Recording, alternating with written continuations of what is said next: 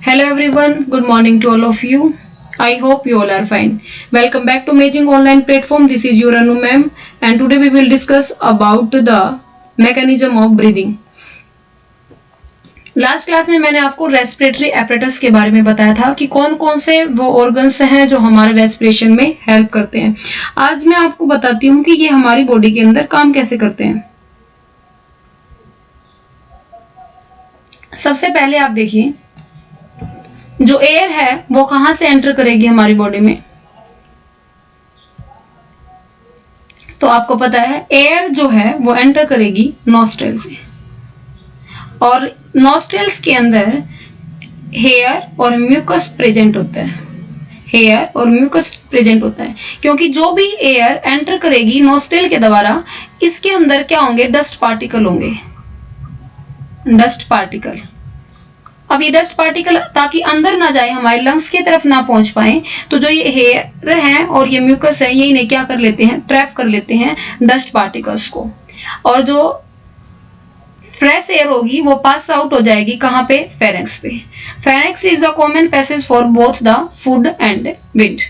और फेरेंक्स से जाएगा लैरिंक्स के पास, लैरिंक्स के से ट्रैकिया, ट्रैकिया से ब्रोंकाई, और फिर एंटर कर जाएगा लंग्स के अंदर। ये जो आपको दिखाई दे रहा है ट्रैकिया, ट्रैकिया के ऊपर यहाँ पे आपको रिंग दिखाई दे रही है, इन्हें कार्टिलेज की रिंग कहते हैं। और जो ये कार्टिलेज की रिंग होती है, जहाँ पे मोटी पाइप होती है, ब्रोंकाई जो है ना, एक सिंगुलर को ब्रोंकियस बोलते हैं, और यहाँ पे इन ब्रोंकाई जो होती हैं ये भी कवर हो रखी होती हैं, कवर होती हैं बाय कार्टिलेज रिंग।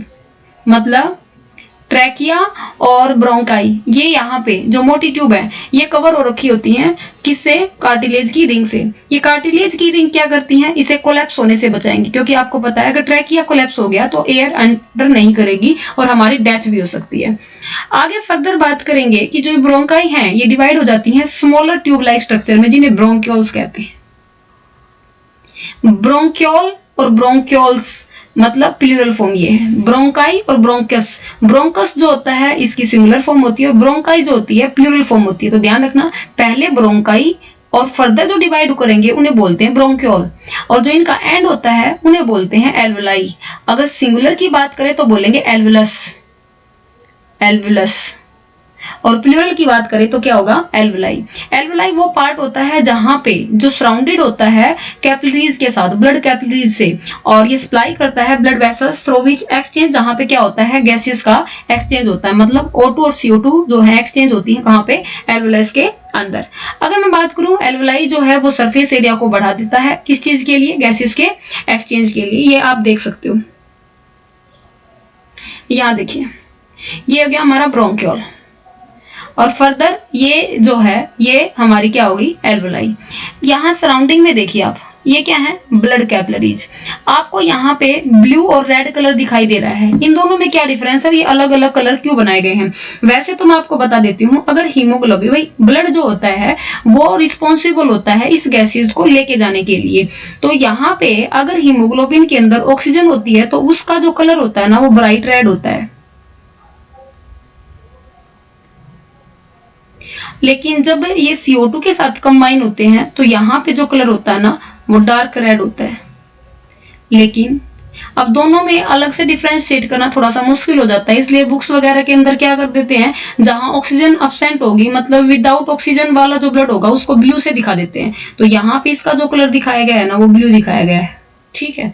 और ये सराउंडिंग में जो है ना ये है ब्लड कैपिलरीज, और ब्लड कैपिलरीज जो होती हैं वो बहुत थिन होती हैं। ब्लड जो कैपिलरीज हैं वो क्या है, थिन होती हैं, और थिन होंगी तो परमेबल होती हैं। अब कोई भी चीज अगर थिन होगी तो उनके अंदर पोर पाए जाएंगे, और वो क्या होगी, परमेबल होगी, ताकि उसमें से गैसेस क्या उसके आसानी से एक्सचेंज हो सके। ये कैपिलरीज स्क्वेमस एपिथेलियल टिश्यू की, जहां भी सिक्रेशन होता है वहां पे जो टिश्यू पाया जाता है उसे स्क्वेमस एपिथेलियल टिश्यू की कहते हैं। यहाँ पे अब ये क्या करती हैं, हमारी बॉडी के अंदर इनहेलेशन और एक्सहेलेशन होगा। भाई एयर एंटर करेगी और बॉडी से बाहर निकलेगी। किस तरीके से होता है, तो आपको इससे पहले एक बात पता होनी चाहिए भी, यहाँ पे ये कैपिलरीज किस तरीके से, मैंने अभी कहा कि ये परमेबल होती है। भाई कोई चीज थिन है तो उसके अंदर पोर प्रेजेंट है और वो परमिट करेगी, अपने में से अलाउ करेगी गैसेस को पास होने में। तो यहाँ पे कौन से प्रोसेस से वो गैसेस हैं वो पास होंगी, तो वो प्रोसेस होता है डिफ्यूजन। डिफ्यूजन, और डिफ्यूजन आपको पता है डिफ्यूजन क्या होता है, एक ऐसा प्रोसेस जिसमें हाई कंसंट्रेशन से लो कंसंट्रेशन की तरफ जो कोई भी चीज है उसका क्या होगा, ट्रांसपोर्ट होता है। अब यहाँ पे वाटर मॉलिक्यूल या फिर गैसेस की बात करें तो गैसेस का जो ट्रांसपोर्ट होगा हाई कंसंट्रेशन से लो कंसंट्रेशन की तरफ होगा। तो जब ये ब्लड कैपिलरीज जो यहाँ पे प्रेजेंट हैं, ये यहाँ जो भी ऑक्सीजन आएगी उसे किसके पास भेजेंगे, ब्लड टिश्यू के पास। मान लो ये सेल है, यहां से ऑक्सीजन आएगी क्योंकि हमने इनहेल किया है। जब इनहेलेशन के द्वारा जो ऑक्सीजन है वो यहाँ पे पहुंचेगी सेल के पास, यहाँ होगा एरोबिक रेस्पिरेशन। और जब ये एरोबिक रेस्पिरेशन होगा सेल के अंदर, ये इस ऑक्सीजन को यूज कर लेगा और ग्लूकोज को तोड़ देगा, CO2 plus H2O plus energy. अब ये जो CO2 है ये वापस से एंटर करेगी एल्वलाई के अंदर और उसी पैसेज से नोस्ट्रिल के द्वारा बॉडी से बाहर निकल जाती है। आया, एरोबिक रेस्पिरेशन हुआ ऑक्सीजन के साथ, क्योंकि बाहर 21% जो ऑक्सीजन है और 0.03% कार्बन डाइऑक्साइड। लेकिन अंदर जाने के बाद जो CO2 का लेवल है वो बढ़ गया क्योंकि ऑक्सीजन को यूटिलाइज कर लिया गया और CO2 रिलीज आउट हुई लगभग 4.4%। और जो ऑक्सीजन है वो कितनी रह गई, 16%। तो ऑक्सीजन का तो कम हो गया और कार्बन डाइऑक्साइड का बढ़ गया। अब कार्बन डाइऑक्साइड का जब यहाँ पे कंसंट्रेशन अगर ज्यादा हो गई तो वो क्या हो जाएगी, इसी जो ये ब्लड कैपिलरीज है थिन है, पोर प्रेजेंट है, ये इसे परमिट कर देंगी और ये एक्सेस CO2 को बॉडी से बाहर निकाल देती हैं। इस तरीके से ये काम करती हैं। अब बात करेंगे कि इनहेलेशन और एक्सहेलेशन कैसे होता है। और एक और बात ध्यान रखना, जब ये वाटर जो आपको दिखाई दे रहा है, यहाँ वाटर भी निकल रहा है ना, तो हम अब सर्दियों में तो बहुत ज्यादा फील करते हैं कि जब हम सांस छोड़ते हैं तो ऐसा लगता है जैसे वाटर वेपर्स जो है वो बाहर निकल रहे हैं, क्योंकि अंदर हीट भी रिलीज हो रही है, एनर्जी जो रिलीज हो रही है हीट की फॉर्म में भी रिलीज हो रही है। तो जो गर्म हवा के अंदर क्या होते हैं, वाटर के वेपर प्रेजेंट होते हैं। जो ये वाटर बाहर निकल रहा है वही हमारे नोस्ट्रिल्स के द्वारा एक्सक्रीट आउट होता है in the form of vapour. अब बात करेंगे कि ये मैकेनिज्म क्या है, किस तरीके से काम करता है। बहुत आसान लैंग्वेज में आप कोई चीज को समझना है। इनहेलेशन मतलब आपने ऑक्सीजन को क्या करना है, एंटर करवाना है हमारी बॉडी के अंदर। आप खुद से अंदर लेके देखो, जब आप इनहेल करोगे आप फील करोगे जो हमारे चेस्ट है उसके अंदर एक्सटर्नल इंटरकोस्टल मसल्स प्रेजेंट हैं, वो बाहर की तरफ ऊपर की तरफ आएंगी जब आप इसे फील करोगे। जब आपने एयर को अंदर की तरफ लिया तो वो ऊपर की तरफ आई, अब ऊपर की तरफ आ रही है, इसका मतलब अंदर खाली जगह बन रही है ना। और जो डायफ्राम है वो नीचे की तरफ डाउनवर्ड जाएगा। भाई याद रखना कि भाई जब इनहेल कर रहे हैं तो नीचे ही जाएगा ना, नीचे जाएगा तभी तो जगह ज्यादा बनेगी ताकि एयर अंदर आ सके।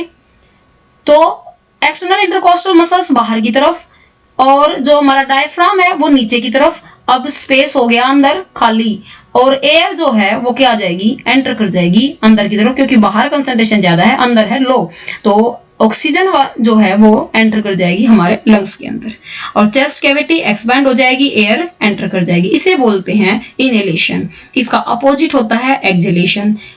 अब ये भी रटने की जरूरत नहीं है। एक्सहेलेशन के अंदर क्या होता है, CO2 जो होती है वो हमारी बॉडी से बाहर एक्सक्रीट आउट हो जाती है।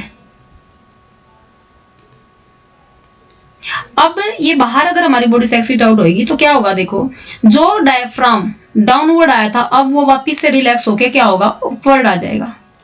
भाई अब खाली जगह नहीं, हमें जगह कम करनी है ताकि प्रेशर बढ़ जाए और प्रेशर बढ़ेगा तो CO2 बाहर निकल जाएगी क्योंकि अंदर कंसंट्रेशन अब ज्यादा हो चुकी है।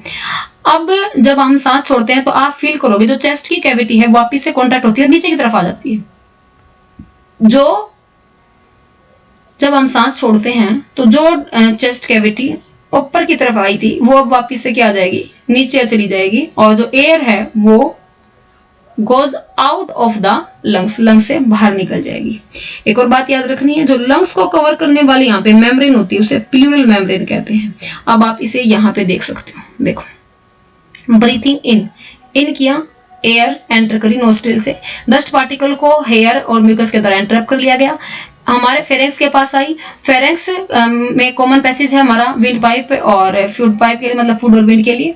फिर लैरिंक्स के पास, लैरिंक्स से ट्रैकिया के पास, ट्रैकिया से ब्रोंकाई, ब्रोंकाई से ब्रोंक्योल, ब्रोंक्योल से हमारा एल्वलाई, और एल्वलाई के द्वारा शेल के पास, और सेल ने यूटिलाइज किया, और यूटिलाइज करने के बाद CO2 को बाहर निकाला। जब ये अंदर की तरफ आ रहा है, पहला केस है ब्रीदिंग इन, अगर अंदर ले रहे हैं तो आप देखो ये जो चेस्ट कैविटी यहाँ पे ये ऊपर की तरफ आ गया, अपवर्ड, रिब्स जो है ऊपर की तरफ, चेस्ट एक्सपांड कर गई, स्पेस खाली होना चाहिए तभी तो अंदर आएगा ना। और डायफ्राम, डायफ्राम डाउनवर्ड चला जाएगा, नीचे की तरफ देखो, ये एरो एनसीईआरटी के अंदर भी बनाया हुआ है, ध्यान रखना है। जब ये नीचे आएगा तो भी तो ज्यादा जगह बनेगी ना, तो इनहेलेशन हो जाएगा, डायफ्राम कॉन्ट्रैक्ट हो रहा है।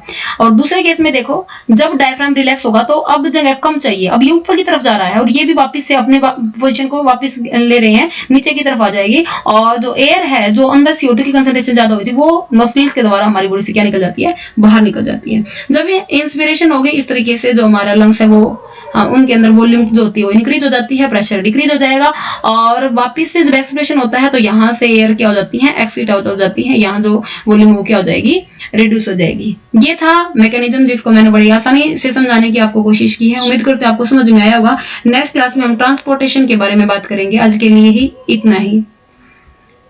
Thank you so much.